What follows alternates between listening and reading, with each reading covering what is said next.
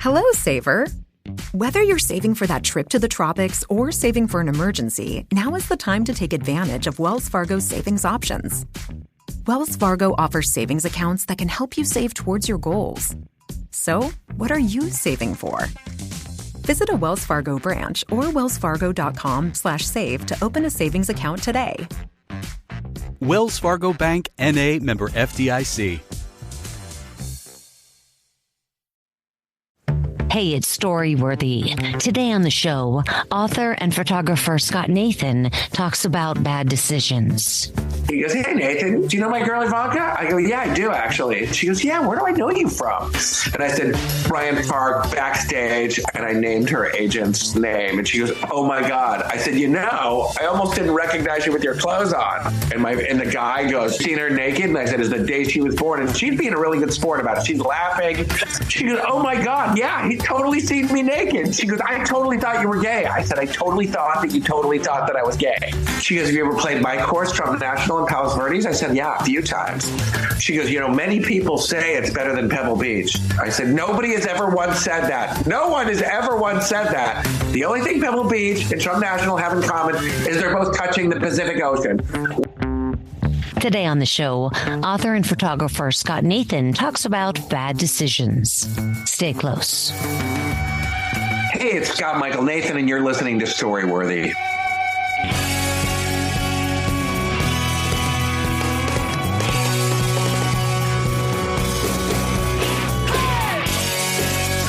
Welcome to Storyworthy. My name is Christine Blackburn, and I'm coming to you from Los Angeles, California.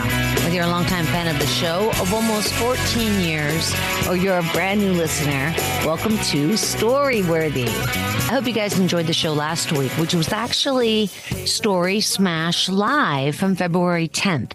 Story Smash has just been a blast recently. The next show is April 6th, and Danny Zucker will be there, Blanca Patch, and even Wendy McClendon-Covey. So we can't wait. April 6th.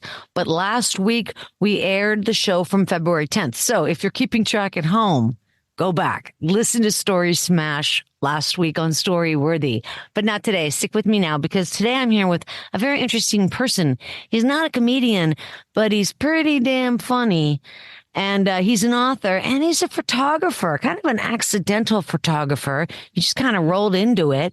And now he's like an award-winning photographer.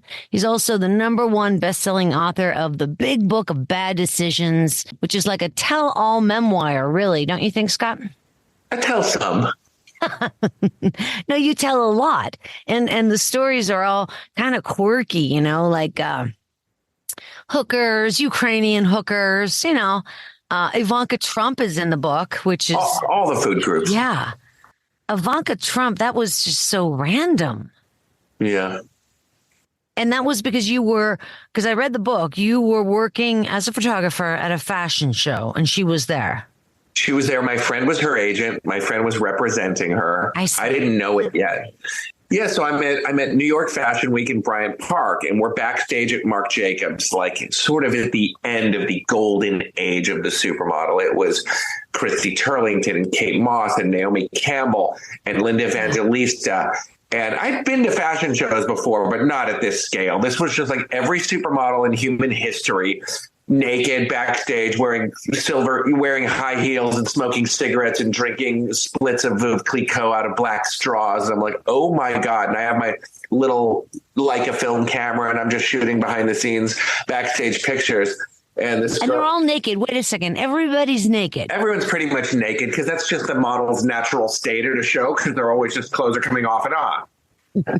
Wait. I know, it's just such a vivid image to think of all these incredibly statuesque women, with no clothes on, but they're also very, I'm not sure, I haven't been in that situation, but they're kind of almost like mannequins. In other words, it's not sexual. No. It's just the form in which the clothes is going to look best. It's like God showing off. Like all the days God showed off, it's like the Hall of Fame of going, look at this one. And you're just in awe. And the only baby model there, the new girl was Giselle. Wow. And she's like, they're like, she's the one to watch. She's the baby. Keep an eye on this one's career. think about her, and then she got all that Tom Brady money, right? I hope so. I mean, they have plenty to go around. I think they're fine. Yeah. I think they can order the lobster. Divorced. Yeah, they're divorced, but I think they can both order the lobster without asking market price, which I think is really all that matters in life. Okay, so you were at this model show or whatever. Yeah, and my friend's a very, very Italian modeling agent, like chain smoking cigarettes and fabulous and big sunglasses. And she goes, Amore, we have to leave. And I'm like, why do we have to leave? And she goes, we have to see another one of my models. She got a private tent. And I said, who gets a private tent? The biggest models in the world are here. Who gets a private tent? She goes, I don't want to talk about Ivanka Trump. And I go, why did she get a private tent? And she says she does not want to change in front of photographers. But that part I understand. So I said, okay. So we're walking, and I said, at the risk of sounding stupid, why are you representing Ivanka Trump, not Trump models? And she just goes and exhales a plume of silver cigarette smoke as we're walking through my park. And she goes, please, sweetheart, that is not that kind of agency. And I said, oh, what kind of agency is it? And I'm not going to repeat it on your show because I don't want to get sued. But apparently it was not a traditional modeling agency, if you know what I mean. And it wasn't reputable. It was not only not reputable, it was also not exactly models. I mean, there were some models, but there was a lot of introductions, if you know what I mean. Younger people, are you saying? I'm saying girls who were model types that were also, I shouldn't say anymore, but it wasn't, but it was not that kind of agency. Let's just say. I see. Well, that would be completely in line with everything Trump has touched. So it doesn't surprise me. Voila. But I'm just thinking. So this agent is representing Ivanka Trump as a model? Because I guess I never really thought that she was a model. Yeah, she did. She had a few years, and I knew girls that worked with her, and nothing huge. A fashion model. Yeah, she did like catalog stuff, and she was tall. So anyway, so we make our way over to Ivanka's tent. We walk in, and I'm wearing this. I was trying to look fashion-y, and someone gave me this emerald green Gianni Versace velvet sport coat. I'm like, this is fashion-y, I guess. And I had hair down to here. And, oh my gosh. And we walk in, and Ivanka's nude. She's just on the phone, nude, wearing a pair of silver high heels. And she doesn't blink. We walk in, and she's like, hey, you guys, I'm just on the phone. I'll be right there. And so we sit down in two high-back director's chair. When Ivanka finishes her call, just sits down nude, no robe, and we have a 20-minute meeting. Talking mostly talking about her schedule, her calendar, the shows that she has left, just a quick catch-up. And then we leave, and then cut to maybe a year or two later, I'm at a pop stars. I was playing golf at Bel Air Country Club, and a famous pop star friend of mine calls me and says, "What are you doing right now?" And I'm like, "I'm just leaving the golf course." And he says, "Come over. I'm having a few friends over for a barbecue." So I drive up his house at the top of Beechwood Canyon, and I see a musician from his band with his arm around Ivanka Trump. And he goes, "Hey, Nathan, do you know my girl Ivanka?" I go, "Yeah, I do, actually." And she goes, "Yeah, where do I know you from?" And I said, Bryant Park, backstage. I think it was Christian Lacroix, and I named her agent's name. And she goes, "Oh my God." I said, I almost didn't recognize you with your clothes on. And the guy goes, like, his brow is furrowing, he looks pissed. And he goes, "You've seen her naked?" And I said, "It's the day she was born." And she's being a really good sport about it. She's laughing. Good. And she says, she goes, "Oh my God, yeah, he's totally seen me naked." She goes, "I totally thought you were gay." I said, "I totally thought that you totally thought that I was gay." And that's super funny. I got the long hair and the green sport coat. Easy mistake to make. So then I spilled coffee on myself the morning at Bel Air Country Club. And if I'm playing Griffith Park, I'll play with a dirty shirt. But you can't play with a dirty shirt at Bel Air Country Club. So I go in the pro shop. I buy a crisp new white polo. And she notices the logo on my shirt. She goes, "Ooh, are you a member of Bel Air?" I said, where she could never in a million years get in. And I said, "No, but I play there like once a month. I'm thankful to be a +1. I know some rich people." And she goes, "What's your handicap?" And your handicap is your index is how good of a golfer you are. And I said, "I'm an 11. I was pretty good back then." And she goes, "I'm a 2 from the men's tees." I said, "You're not a 2. And she goes, "I'm a 2. I said, "You're not a 2. She goes, "What, you know everyone's golf handicaps?" I said, "No, but if you were a 2, I would know. Everyone would know." And I go, Tiger Woods is a +4. So you mean to tell me you're only 6 shots worse than Tiger Woods? She goes, yeah. She goes, have you ever played my course, Trump National in Palos Verdes? I said, yeah, a few times. She goes, many people say it's better than Pebble Beach. I said, nobody has ever once said that. No one has ever once said that. The only thing Pebble Beach and Trump National have in common is they're both touching the Pacific Ocean. One is a U.S. Open venue that opened in 1919, and the other one is a middle-of-the-road, overpriced resort course. And she's being a good sport, considering I'm totally calling her liar to her face. Was she laughing? Yeah, she was actually being really cool. And she goes, Scott, that is so funny. So then she goes, so funny. She goes, you want to play? I go, yeah. She goes, you want to play for money? I said, yeah. And I was playing 3 times a week. I was like a degenerate golfer back then. And I said, yeah, how about your course? She goes, great. 8:30 a.m. I said, great. $1,000 a hole. You play to a 2. I play to an 11. You give me 9 shots. And she goes, yeah. Let me get your phone number and I'll call you just to confirm later. Never heard from her again. Did you really give her your number? Yeah. Did she put it in her phone? I put it in her phone. Wow, Scott, that's such a great story. It's a great story. It's just so funny. And there's so many stories like this in your brand new book, The Big Book of Bad Decisions. I think it is so darn funny. And, it's a collection, it's a collection of essays and stuff. And today we're going to hear about even more bad decisions. But let me ask you, this book, it's getting a lot of press. I mean, I'm really happy for you. It's one of the top 10 books on Amazon right now. And it really is so funny. And I heard on another show that it kind of fell together for you. It was just a happy accident. This was never going to be a commercial undertaking, like years ago I've never been a good sleeper, and I developed a bit of an Ambien problem. And some people sleepwalk on Ambien. Some people eat on Ambien. I started writing stories on Ambien, which I do not recommend to any of your listeners. Seriously? Yeah. So I started. Are you taking 10 milligrams? Yes. Sometimes 20. I take 5 and I'm out. I had to stop because they don't work anymore. They just make me eat pints of Haagen-Dazs and I don't sleep. So, yeah. So anyway, I started. So one morning I wake up and I have like 475 likes. And I'm like, what did you do in your sleep, Scott? What did you do? And I told the story of me losing my virginity while destroying a Ferrari and getting an STD. Sorry, STI as the kids call it today. And I'm like, oh my God, I cannot believe I did that. But then I didn't learn anything from this. I kept writing these stories. And then my girlfriend at the time, Amanda, says, why don't you put these into a blog? So I took I had written maybe 20.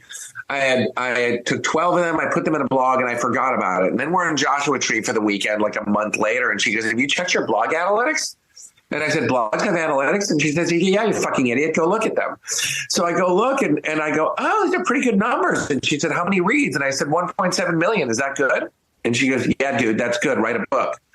So I said, maybe I'll keep blogging for a little while. And then my friends' kids started telling me, you should tell your stories on TikTok.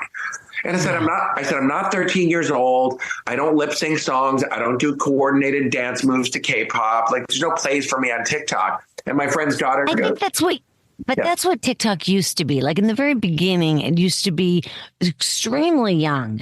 I think now it's evolved a bit. And so I've seen a lot of your TikToks. What you're doing is accessible to a lot of people. It's not too old. Yeah.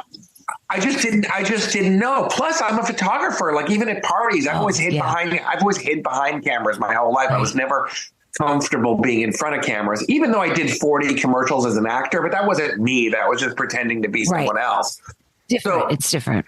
Yeah. So I went and decided I'm just going to let one fly. I'm going to let one rip. And I can't even remember what my first one was, but I did it. I posted it. Didn't look for 4 or 5 days. I looked at 100,000 views and I was like, Scott, wait a second. That is really unbelievable. Because when you start an account, you have 0 followers or whatever, right? None. And so then people found you because they know you. Or do you think they found the video and then they followed you? I don't know how their algorithm works, but everyone started sharing it. I think is how it did it. It just hit. Yeah.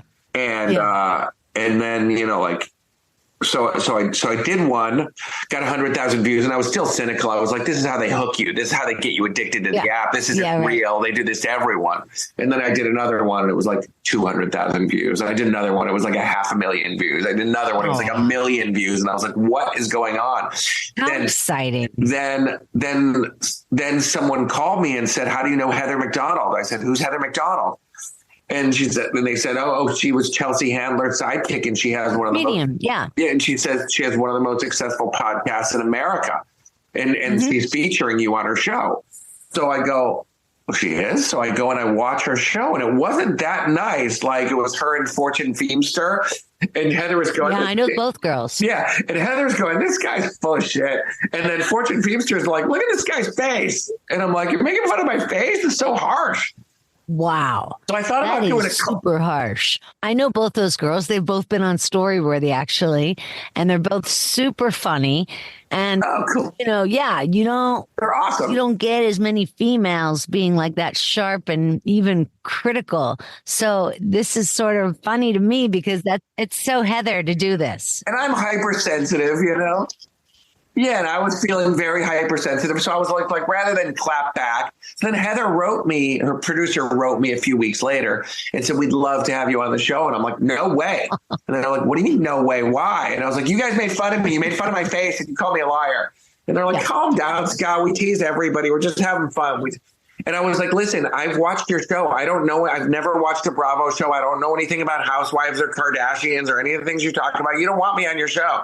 And Heather goes, listen, Scott, can I just pull your string and let you rip stories for an hour? And I was like, that I can do. That's awesome. So I went on the show, and I adore Heather. I've been on her show 3 or 4 times. Good. Yeah. And when I went on the show, and I said, Fortune, if you're watching this, do you think I ordered this face? I ordered the Brad Pitt. It was sold out. This is the face I got. There's nothing I can do about it. So funny. Oh, that's great, man. Well, that's what makes you popular. You fit into all different scenarios, and a lot of people, just like having you around, just like you and I were talking before we went on the air. A lot of times when somebody has a job and they need to hire people, what they're thinking is not exactly how talented this person is, but can I hang out with them for 10 hours? Because the talent is sort of assumed. I mean, you must know what you're doing because you're even here. So after that, it's like, are you funny? Are you cool? Will you lend somebody your lighter? Are you a douchebag? They just want to know if you're cool. Yeah. So you fit in. I think it's great. Hey, where are you from again, Scott? I grew up on the North Shore of Chicago. Like basically every John Hughes film is where I grew up. Just like white bread suburbia. Yep. Yep. I went to college at the University of Colorado at Boulder, and then I moved to LA just before the Northridge earthquake in '94. Unbelievable. Yeah. It's just, it's just fabulous to see your trajectory because you are I'm from Pittsburgh. It's very middle America. It's very regular, nothing special to it, but you get to the right place, you get the right people around you, and then your career is just taking off. I'm so happy for you. And Thanks. You guys can find Scott over, like you said, on TikTok at Scott Nathan Photo and also on Instagram at Scott Nathan Photo. That's convenient. And, we're going to hear your story, more bad decisions. Just give me 1 second. I want to tell everybody that Story Smash, the storytelling game show, is back. You have to come. I think you'd really enjoy my show. I would love to, yeah. It's on April 6th. It's a Saturday night at the Lyric Hyperion. And we're playing with Danny Zucker, Blanca Patch, and Wendy McClendon Covey. So you can get your tickets now, guys, over at StorySmashShow.com. StorySmashShow.com. And don't forget to follow the show on Insta at StorySmash. And don't forget to check out My Life in 3 Songs. I'm extremely proud of my show, My Life in 3 Songs. I just had Lori Kilmartin on, and it's a great episode. My Life in 3 Songs, you guys. I talk to comedians about the 3 songs in their life that have impacted them. Not necessarily their favorite songs, but songs that have really made an impact, and show you where the comedian is from and how they grew up. So check out mylifein3songs.com. And of course, follow that show as well on Insta at My Life in 3 Songs. All right, you guys, you've heard him talking. Scott Nathan, he's here right now. Like I said, he's an award-winning photographer and an artist and the #1 best-selling author of The Big Book of Bad Decisions, which is so super funny. Lots of really crazy stories about very random things, but each and every one you want to devour. And then you very quickly move to the next one and very quickly to the next one. And it's a thick book, but you can pick it up, put it down, pick it up, put it down. It's super fun. You can go over to baddecisionbook.com and find the book there as well. All right, you guys, wherever you are, put your hands together for the very talented Scott Nathan. Thank you, Christine. So we had our big book soup launch yesterday, and I want to retell a story from that one because it went over so well. Good. So one night I'm in bed, naked. And this friend of mine, this model who I've known for a long time, we worked together a bunch, calls me. And she was a good girl. I just want to set this up that she was not an escort. She was not a sugar baby type. She was just a really charming person who knew everybody who people like to have around. So she calls me on FaceTime. So I'm in bed, ambience kicking in, and she's on a private jet. And I've seen the interior of a few private jets in my day, but nothing like this. This was like one of those big commercial jetliners converted into private. And she's got a flute of champagne, and she looks visibly buzzed, and she's giggling. And I was like, dude, whose plane is that? And she goes, oh, it's this new guy I'm seeing. And I go, who? And she goes, I'm not going to say. I'll tell you if it works out.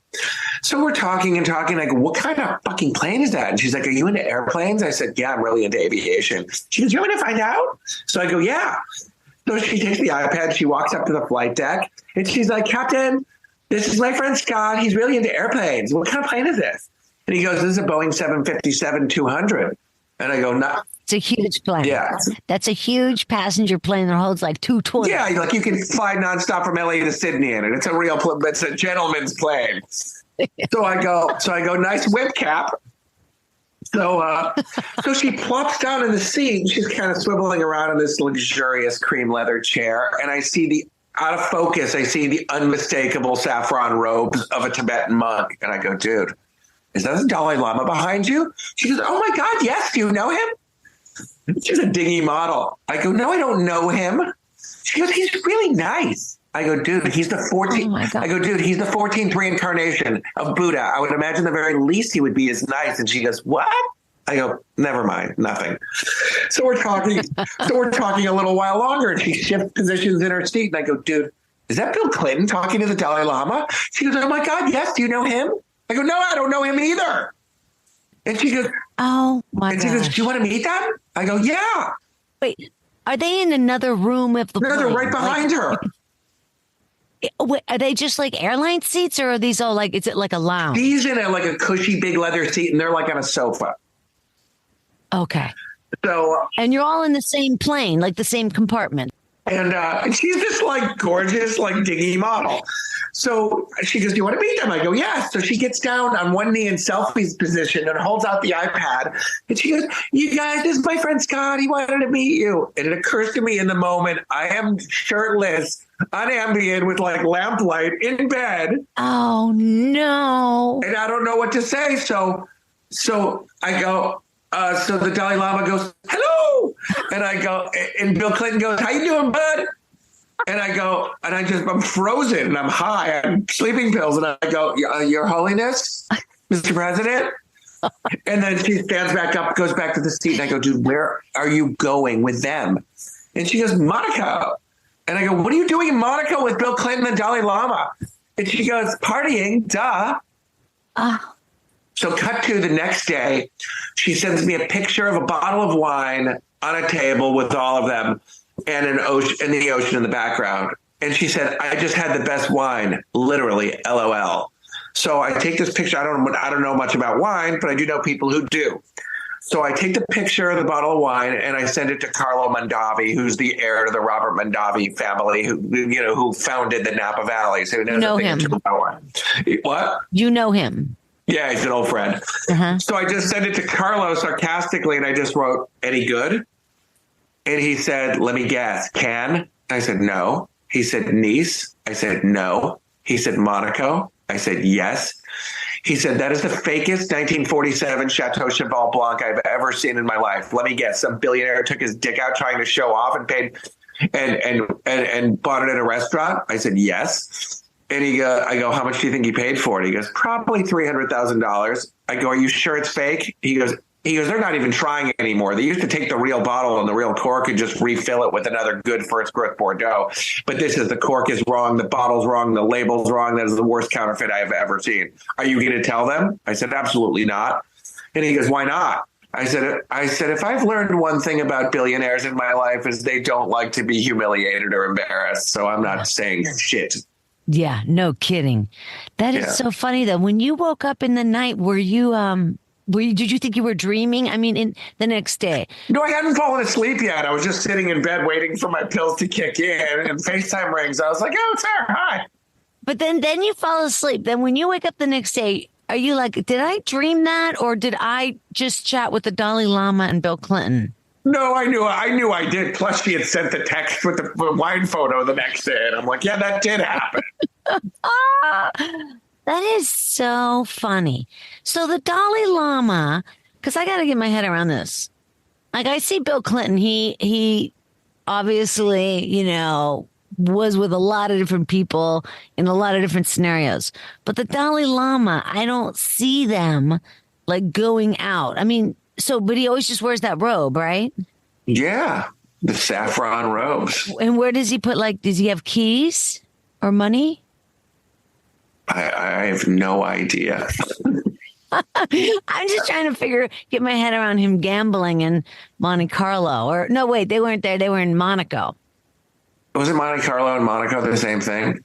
Are they? I think they are.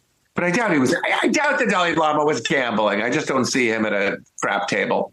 You know what I'm thinking about is Saint-Tropez. That's separate. But Monaco is Monte Carlo, I think. I think so. I've been there. I've been to Nice and Cannes, right up and down there. Yeah. And Monaco is basically, or Monte Carlo is basically very tiny. And it's just like a couple of gigantic casinos that kind of look more like hotels, Is that one of those places where you have to be in black tie to gamble there? Yes. Yeah, I haven't been. Yes, it's not like Vegas casinos at all. Nothing. Not Crocs and Oakley sunglasses and quinceañera dresses. You're the one who had no shirt on with Bill Clinton. I was going to bed. I could just hear him saying, hey, bud. Yeah, he was real affable. He was real like, hey, bud, how you doing? People say if you're in his presence, you really felt like, wow, like he did have or has that sense of, I don't know, authority or leadership. He's tall and he's so affable. He's incandescent. I met him one other time after that, and you feel like you're the only one in the room. And I had this, and I look at, we've lived in LA a long time. We've all met a lot of famous people. There aren't many people who have that level of incandescence. And, really? And you feel like you're the only person there. Everything else, you're like in a tunnel. And I had this overwhelming urge to just empty my pockets and give him all of my money and all of my stuff. He's just got that kind of star power. Let me ask you, have you felt that with anybody else? Because I know what you're saying. And I've felt it running into George Clooney, not running into him, but seeing him in restaurants. I felt it with him. How about you? Tom Cruise. Really? Is just one of the, and he's not a big guy, but I've never had a conversation with him. But I've been in places where he walked in a room of 1,000 people, just goes quiet and the energy shifts. Wow. How interesting. And it's just a powerful thing that happens. Wow. Because he is small. Yeah. And yet I've met Paul McCartney a couple times. And once you get over the initial shock that you're talking to a Beatle, he was the sweetest, nicest, most affable guy. He tried to fix me up with Stella, his daughter, when I was like 23. And he's like, and he was like, can I get you anything? Would you like a beer? Would you like a cup of tea? And I'm like, yeah, Paul McCartney, I'll have a cup of tea. And he took me and my two friends into his dressing room and made us tea and told us stories. And he's like, I gotta go to work. Do you want to walk me to the stage? And I'm like, yeah.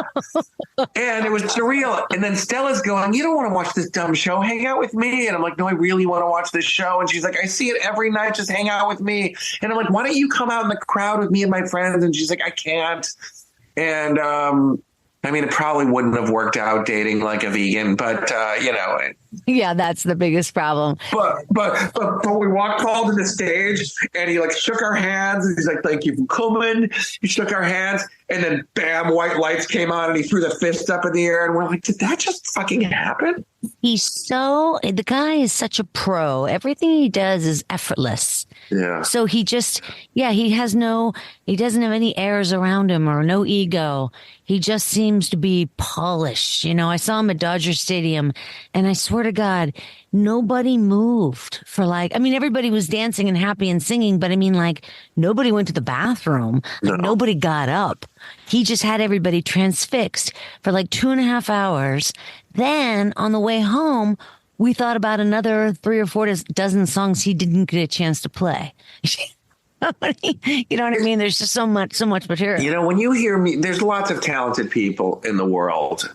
But to me, when you hear the Beatles, the Stones, certain people, to me, the first time I heard Paul and John singing together in those songs, I actually believed it was proof of the divine to me. There's something greater than us. When something that gifted and that magical happens, Stevie Wonder is actual proof of the divine. Yeah. Yeah. That's really neat. Just off the cuff, what's your favorite Beatles album? And let me guess first. Can I guess first? I'm not sure I know, but go on. I'm thinking. Is it Rubber Soul? I love Revolver and Rubber Soul, but I would not say my favorite. God. It was kind of the end of the line from them, but I love the White Album. Yeah. Wow. I love Abbey Road too. And that was the end too. White Album was 2 albums, right? Yeah. With 4 sides. It's one of those things keeping bottles of Grand Cru around the house. I don't listen to it. There's certain records I'm afraid of wearing out in my brain. Yeah. So it's a once a year treat. Jimi Hendrix, Axis Bold as Love, I've listened to so many times, but it's just once every 2 years I'll bust it out because I don't ever want to be tired of them, That's so sweet. I know what you mean. I have a very personal feeling about music as well. Maybe I'll get you on if you want My Life in 3 Songs, because we get much more into music on that show. Music is my first love. It's where I began. I started in the music business. So it's everything to me. No, I didn't know that. Yeah, so all I ever wanted to be when I was in college, I knew what I was going to be when I grew up. I was going to be a rock and roll impresario. I was going to be a manager, A&R guy, publisher, and I went to go work for a management company. Then I worked for Warner Chappell Music for a few years, and my job was to work with signing and developing songwriters and artists and pitching and plugging songs. But wait a second, I thought you were, I don't know you well, but I thought you were more always on the creative side. So you thought you'd be behind the scenes first? Yeah. Because I love music so much. I spent every spare dollar I ever had my whole life seeing concerts. I've seen over 1,500 concerts at the arena and the stadium level. I've seen the Grateful Dead 137 times. I've seen the Stones 50 times. I've seen Prince 50 times. Wow. When I was in Colorado, I was an intern at Red Rock just so I could go to the concerts for free. Of course, God, what a great time that would be. And to me, I don't have a music type. I just like greatness. So I remember I was talking to my old college roommate who lives in Maui now, and we saw the 3 tenors, Judas Priest, Megadeth, and Michael Jackson in the same week. Because people were like, how do you like all that music? And I'm like, what do you mean? How do you not? It's perfection. Yeah. Because they're at the top of their game. Wait a second. Okay. But have you played an instrument? Do you play instruments? I do play guitar. I never really played in bands, but I'm like a music store maestro. I can impress anybody for about 15 minutes, and I can learn to play anything. And my friends would sometimes call me up, a band I was managing opened for Joe Cocker in front of 65,000 people. And they're like, come and play the encore with us. And I'm like, really? And I got to play my Les Paul in front of 65,000 people doing the Rolling Stones Sympathy for the Devil. And it was like a life highlight. God. Yeah, absolutely. And I'm sure you see the symmetry between comedy and music then, right? Do you feel that, the symmetry between the two? Explain to me what that means to you. Well, I guess comedians want to be rock stars. Rock stars want to be comedians. It's in the moment. You can't get it repeated. It's always going to change a little bit. It's truthful, it's very honest. And when people are performing, you know, it's not going to be replicated. No, that's what I like about it too. And I think it's becoming a real problem with live music, because I talk to a lot of friends into it that sequence their whole shows where it's a computer sequence where they have, you know, whatever it is, or No, of course. Yeah, but it depends on what you're talking about. Because, like, I just saw Peter Gabriel, and he has the tightest show you'll ever see. With That's no tape? his tour. With no needs tape? to be that way. Well, no. There's no tape, but I bet that there is, of course, a sequence playing the background stuff and the props coming down. Sure. You know, in other words, like, it's definitely a format. It's not like they're changing. They're not whimsical on the show, you know, on the road, just like throwing different things around. No, of course. Of course. Yeah, I think there's a balance in there somewhere, you know? Yeah. But they're still very much live. I mean, it's still. Yeah, they're not lip syncing. They're playing their musical instruments. Right. So it's a fine line, but I think I know what you're saying. It's not the Beatles on Ed Sullivan, you know, where they're just lip syncing. Well, you know? It's probably also depends on what the act is in terms of if it's dancing and stuff like that. You know, when you watch the Super Bowl, you're always thinking, are they live? Oh, I know what I'm going to ask you. So have you ever tried to photograph rock stars? Like live? Yeah. Or, I mean, I've done it here and there when asked. It's really not my first love. I'm a control freak. I just don't think. I think rare is the unique voice in live photography. There are people that are better than others, but I feel like I love to cut light. I remember early in my photography career, I was fortunate enough to meet Richard Avedon at one of his shows. And I said, Mr. Avedon. He's like, no, Dick. I said, Dick, how did you work this magic? And he goes, what magic? And I said, how did you do this career? It's incredible. And he says, Scott, let me tell you something. I'm not very good at lighting. I said, bullshit. He said, I'm not very good at composition. I said, bullshit. He said, what I'm good at, the only thing I'm good at is forming a relationship with my subject. And sometimes that relationship only lasts 125th of a second. So do you think you're good with people? I said, yeah, I think I'm pretty good with people. And he said, then shoot people. But I'd never discourage anyone from not being photographers, but people that aren't good with connecting with different types of people. There's lots of other things to shoot. You could shoot National Geographic. You can shoot lipstick. You can shoot liquor bottles. There's lots of room for photography. But if you want to be a people photographer, just know that you're a guy that can get on with people. So I like to connect with people, try to build a relationship, cut light, shoot something that's appropriate for them, that portrays them in their best light. And when you say cut light, you mean like putting in flags or screens or something to diversify? All of it. I love looking at it. I never, even with celebrities, I never Google anyone before. I don't know their credits. I don't know where they're from. I want to start with a face. I want to look at it. I want to study it. And I'm like, you're a 100 millimeter macro lens. I like your cheekbones. I'm going to light those. You have bright blue eyes. I'm going to get some hard light into that. I'm going to get some crispy hard light on your head. I'm going to get soft light on your skin. You might have a little paunch, so I might turn your shoulder to the left so I don't see your stomach, and I just like to sculpt. Nobody knows that goes through a photographer's head. I'm telling you right now. And I have to give everyone in my crew like a speech because I'm very ADD. So I said, listen, sometimes I sound gruff. But it's because I'm like worried about the shoe slipping out of frame. So if I say, please move that light, and I don't always say please and thank you, I'm saying it now and I'll say it afterward. But like I can only focus on one thing at a time. So if I'm like, look up, look left, look right, turn that light up 2/3 of a stop, turn that one down, one stop. Can you move that really quickly? Can I get a sandbag on that? Amazing. I'm not an asshole. I'm just in the zone. Yeah, I'm doing my job. So just stand back, listen, and don't personalize nothing. Yeah. Oh, of course. Yeah. You're working for me on this particular thing. Right. And I forget people's names sometimes. So I'm like, hair, can you hop in and fix that flyaway? Makeup, can you fix that shiny forehead? Wow. Yeah. There's so much going on. It's really amazing what goes into a good image. Oh, my gosh. Yeah, the best thing about being a photographer is that your name gets to be on it. The worst thing about being a photographer is if one person in your crew sucks, your name's also going on it. Jeez. And if you have bad hair, the picture's shit. You have bad makeup, the picture's shit. You have bad lighting, the picture's shit. Wow. Even in post, though, even in like these days in post. anyone who ever invokes the word Photoshop on my set never gets invited back. Like, I want it in camera. When I see a wrinkled dress and I'm like, can you go back and steam that out, please? And they're like, just Photoshop it. And I'm like, we're done here.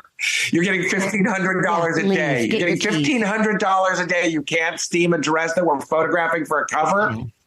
Yeah, give me a break. Give me a break. Yeah, I've always heard photographers say that the more you can do in the moment, the better. You know, you don't count on posts. You can't. I come from film. I use one of these. Yeah. So this is... Yeah. Oh, wow. You're holding a really cool old camera. So let me ask you something. We're going to wrap it up.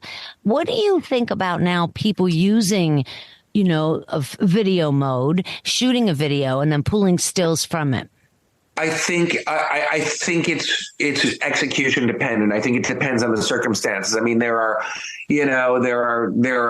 famous legendary photography teams. I think Inez and Vinood do it, who are legendary fashion photographers, and sometimes it's necessary for advertising, shooting with an 8K cinema camera and pulling from it.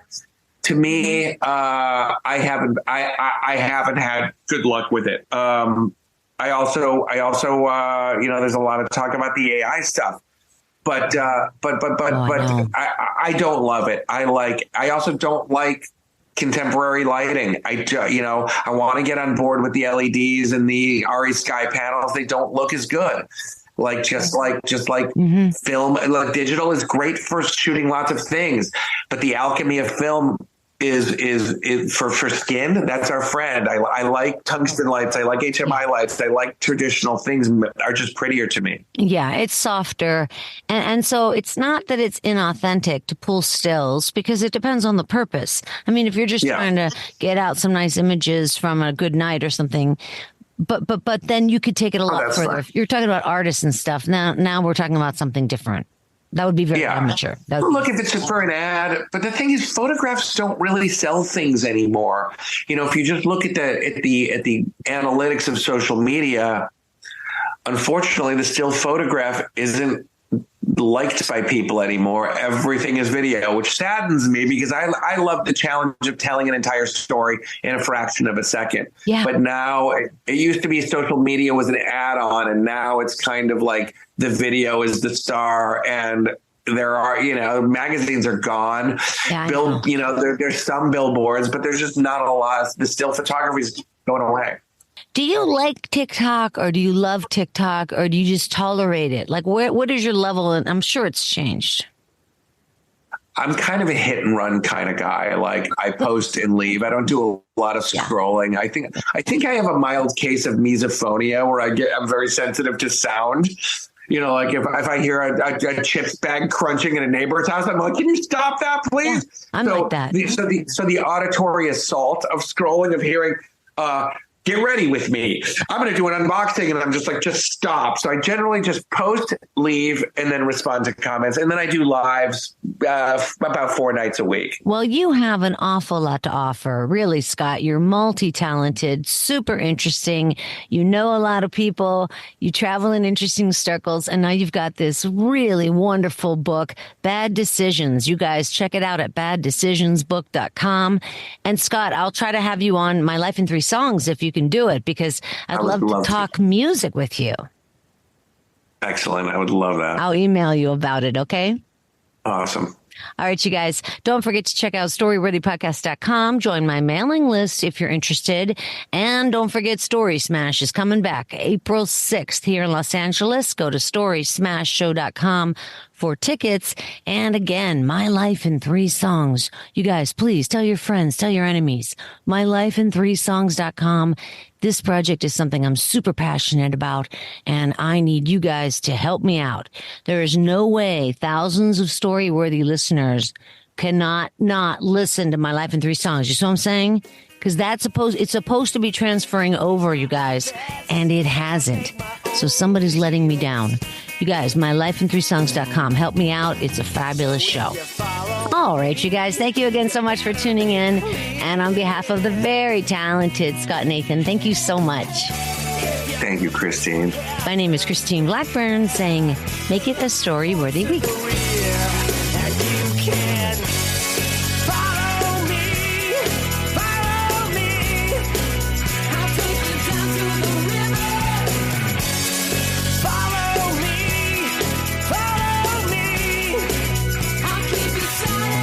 Thanks for joining us on the Storyworthy Podcast. We'll be back next week with all new stories.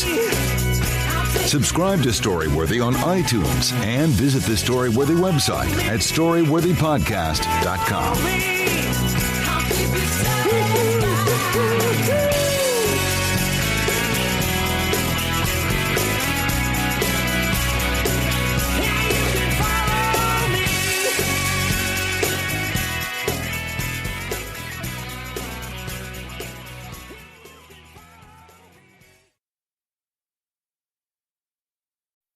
Fargo, the new virtual assistant from Wells Fargo, makes banking faster and easier. Like this. Fargo, what's my checking account routing number? And this. Fargo, turn off my debit card. And this. Fargo, what did I spend on groceries last month? And that's just the beginning. Do you, Fargo? You can. In the Wells Fargo mobile app. Learn more at wellsfargo.com/getfargo. Terms and conditions apply. Your mobile carrier's availability and message and data rates may apply. Wells Fargo Bank, N.A., member FDIC. Before Shopify, were you wondering, where are my sales at? Now you're selling with Shopify, the global commerce platform supercharging your selling. You have no problem selling online, in person, on social media, and beyond. Gary, easy on the cha-ching. Oh, sorry, but my Shopify sales are through the roof. Start selling with Shopify today and discover how millions of businesses around the world use Shopify to ignite their selling. Sign up for a $1 per month trial period at shopify.com/listen. Shopify.com/listen.